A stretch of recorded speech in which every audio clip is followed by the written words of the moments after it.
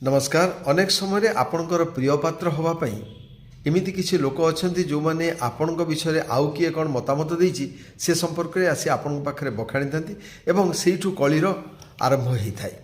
से संपर्क में गोटे कथा थे सक्रेटिस पाखक तांकर जड़े अनुगत बा अनुगामी तांको आउर टिके घनिष्ठ होगापी बा प्रिय पात्र होगापी पाखक आसिले एवं तांको कहले कहले महाशय आपण विषय क्रीटो कौन कहते आप जानते से कहले ना कहले ताहले शुणु मु कहूँ क्रीटो कौन आप संपर्क में कहते एतिके आरंभ करू करू से सक्रेटिस कहले टिके रही जाओ।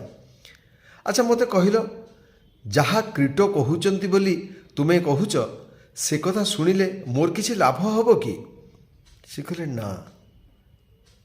द्वितीय प्रश्न है क्रीटो जहाँ कहते बोली तुम्हें आश्च कहवाई से कथा कहला परे तुमर किसी लाभ हम कि से कहले ना।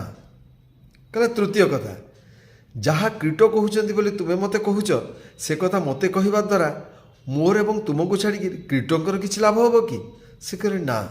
से चुप हो गले।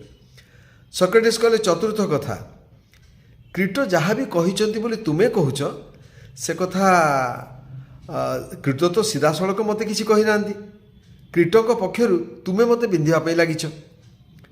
से सक्रेटिस कथार मर्म बुझीपारे और से चुप रहिले। अनेक समय आमे अन्य विषय चुगुली करने ये किसी कथा सृष्टि करिथाउ एवं किसी लोक प्रियपात्र होगापी मिछ सत जोड़िकी कही था से पाखु आम जेपर्यंत दूरे न जाचु से पर्यंत आमर जो लोकों भितर निज निज भितर संपर्क खराब होवाटा सुनिश्चित। तेणु चुगुली कहवा नहीं कि चुगुली शुणा नहीं। चुगुली शुणा द्वारा बा कहवा द्वारा कौन पार्टी से लाभ ही न थाए। नमस्कार।